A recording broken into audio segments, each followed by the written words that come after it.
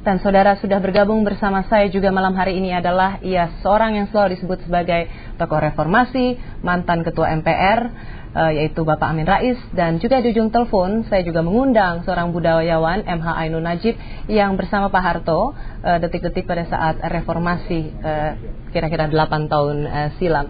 Selamat malam Pak Amin Rais, Assalamualaikum. Dan selamat malam Mas MH. Ya, selamat malam Mbak Rosi, selamat malam. Oke, Anda berada di mana saat ini? Saya ini di Jogja, lagi kebetulan terlanjur ngumpulin teman-teman lumpur. Ada Pak Menkoinfo, Bupati, sama warga. Tidak apa-apa, sebentar kami ganggu ya? Iya, tidak apa-apa. Baik, saya ke Pak Amin Rais dulu. Pak Amin, sebelum saya bertanya pertanyaan berikutnya, ada yang Bapak ingin sampaikan? Atau apa yang Bapak pikirkan, apa Bapak rasakan begitu Bapak mendengar kabar soal Pak Harto yang meninggal? Ya, tadi siang saya di Surabaya. Entah mengapa saya di depan pendengar saya, kebetulan kader-kader PAN, saya mengatakan sepertinya dalam beberapa jam lagi akan ada pengumuman resmi meninggalnya Pak Harto gitu. Oh, Bapak merasakan atau Bapak mendengar? Saya mengatakan seperti itu. Oh. Ya. Saya di interview majalah asing kemarin, mungkin dalam 2 or 3 days officially the death of the president will be announced gitu. Dan ternyata betul gitu ya. Ternyata ini sesuatu yang biasa saja.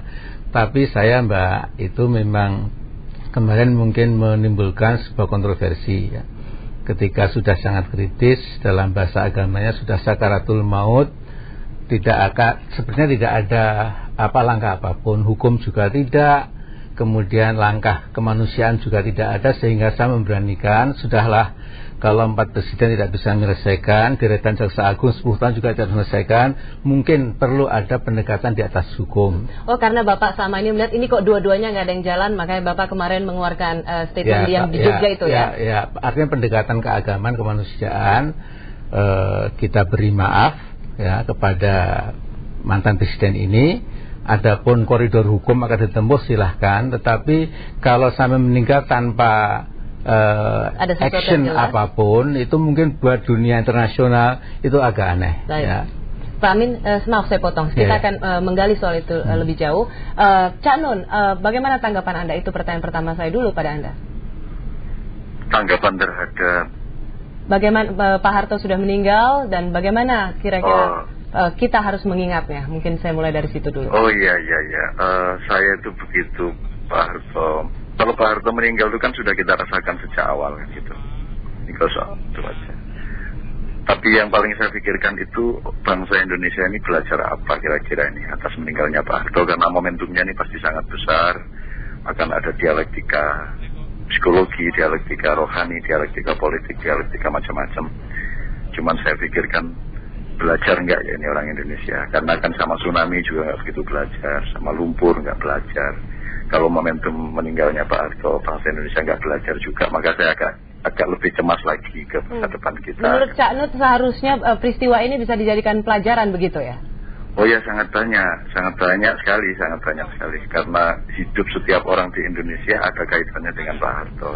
Pelajaran apa yang harus diambil oleh rakyat Indonesia dengan peristiwa ini? Apa menurut Anda? Ini bisa, kalau ditanyain itu kan panjang sekali Mbak Rosi. Disingkat saja.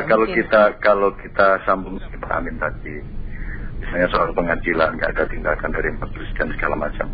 Kan memang kita ini kalau Pak Harto pas sakit baru ngomong pengadilan, kalau Pak Harto sehat kita diem.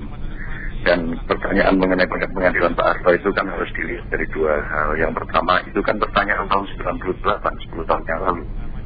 Jadi itu kan ini nasi dimakan apa enggak, itu kan nggak bisa ditanyakan ketika nasi sudah basi kan gitu. Nomor 2, yang butuh keadilan kan bukan hanya bangsa Indonesia tapi juga Pak Harto. Jadi bangsa Indonesia itu butuh keadilan mengenai di mana Soeharto salah, di mana Soeharto benar. Dan hal yang sama juga dibutuhkan Pak Harto, sehingga yang butuh pengadilan saya kira juga Soeharto yang gitu. Sebentar saya ke Pak Amin dulu. Pak Amin ini termasuk sosok yang selalu mengejutkan gitu ya Pak ya, ketika banyak bilang A, Pak Amin tiba-tiba bisa B gitu. Ketika orang B, Pak Amin bisa A gitu. Termasuk ketika kemarin ada seruan-seruan bahwa tetap teruskan. Pak Amin dengan tiba-tiba begitu sudah maafkan.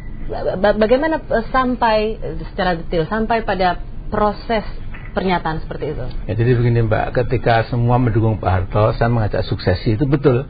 Ketika semua ke utara, saya menempuh jalan ke selatan ya. Waktu saya mau suksesi pun kan juga dianggap sesuatu yang tidak masuk akal. Mana mungkin, alhamdulillah terjadi, kemudian terbuka pintu reformasi. Nah sekarang Mbak, saya melihat seperti kata MH tadi, mengapa kita nggak berani mengambil pelajarannya. Sesungguhnya kalau di dalam berbagai cerita masa lalu itu ada kearifan sejarah ya. Mengapa dulu Nimrod jadi Nimrod atau Fir'aun jadi Fir'aun? Karena seluruh rakyatnya tidak pernah berani mengatakan tidak kepada kedua raja ini. Akhirnya mereka playing God, menjadi dewa atau Tuhan kecil. Nah, saya pikir kita ini dulu pernah kena penyakit kultus individu. Ya, Bung Karno kita angkat seumur hidup, pemimpin besar revolusi, Bapak Pembangunan Agung, Rimbawan Agung, semua serba agung. Kemudian ujungnya adalah 13 PKI ya. Kemudian beberapa tahun kita sadar kultus individu tidak bagus, tapi kultus individu kita ulangi lagi untuk 32 tahun ya. Nah menurut saya ini sudah saatnya kita mengambil pelajaran. Jangan pernah ada lagi seorang pimpinan yang dielu-elukan, dipuja, dipuji, dibenarkan terus ya. Akhirnya ujung-ujungnya adalah katakanlah kehancuran bersama. Nah khusus mengenai Pak Harto ini, saya memang mencari padanan pelajaran moral itu dari mana? Ya. Mungkin dari nabi-nabi Mbak. Itu adalah pemimpin sejati, para nabi, ya, Nabi Ibrahim, Isa alaihissalam, Nabi Musa, Nabi Muhammad. Itu semua adalah memberikan maaf itu. Ya. Di atas hukum yang ada aturan-aturan secara baku itu, ada sesuatu yang lebih unggul, lebih nobel, lebih mulia, yaitu memberikan maaf. Memberikan maaf. Ya. Itulah kemarin seruan dari Pak Amin Rais cukup mengejutkan, mengajak seluruh masyarakat untuk memaafkan Pak Harto, begitu ya. Kemudian ada satu lagi yang memberikan maaf, silahkan. Tidak juga ada apa-apa. Anda tidak memaaf, itu bagian dari. Ya, saya kira di dalam agama pun yang mau memberikan maaf itu juga terpuji, ya. Tidak juga nggak ada apa-apa, masing-masing lah. Jadi menurut saya tidak ada sesuatu yang sifatnya itu memaksa, apalagi memaksa apa ya. Jadi saya pikir itulah yang ingin saya sampaikan. Cak Nun, bagaimana dengan urusan memaafkan ini? Ini Mbak, ada dua hal. Yang pertama, hukum kan hanya salah satu perangkat untuk membuktikan kebenaran dan kesalahan. Tapi ada perangkat yang lain, yaitu ilmu dan moral. Jadi kalaupun tidak bisa ditempuh secara hukum, benar salahnya Soeharto dan benar salahnya kita di dalam menuduh Soeharto, kita masih punya ilmu, kita masih punya moral. Jadi tetap bisa diadakan investigasi atau penelitian ilmiah mengenai misalnya di wilayah politik, birokrasi, KKN, segala macam itu kan tetap bisa didata supaya anak cucu kita tahu Pak Harto itu salahnya di mana, tidak salahnya di mana. Supaya kita tidak terus-menerus hanya memperlakukan seseorang, apa itu presiden atau tukang becak, dengan satu mania psikologis yang akan merugikan kita sendiri. Di satu pihak kita nanti kalau pas seneng itu kita senengin setengah mati sampai mutlak. Ntar kalau kita sudah benci, kita benci sampai habis-habisan. Dan saya kira bangsa Indonesia mengalami kedua-duanya itu. Dan terhadap Pak Harto kita sudah tidak bisa objektif lagi, yang benci-benci banget, yang cinta-cinta banget. Dan itu saya kira bukan perangkat yang tepat, karena di dalam mencari kebenaran alatnya bukan cinta. Di dalam kebenaran yang menjadi alat adalah ilmu, akhlak, dan hukum, kan begitu. Baik.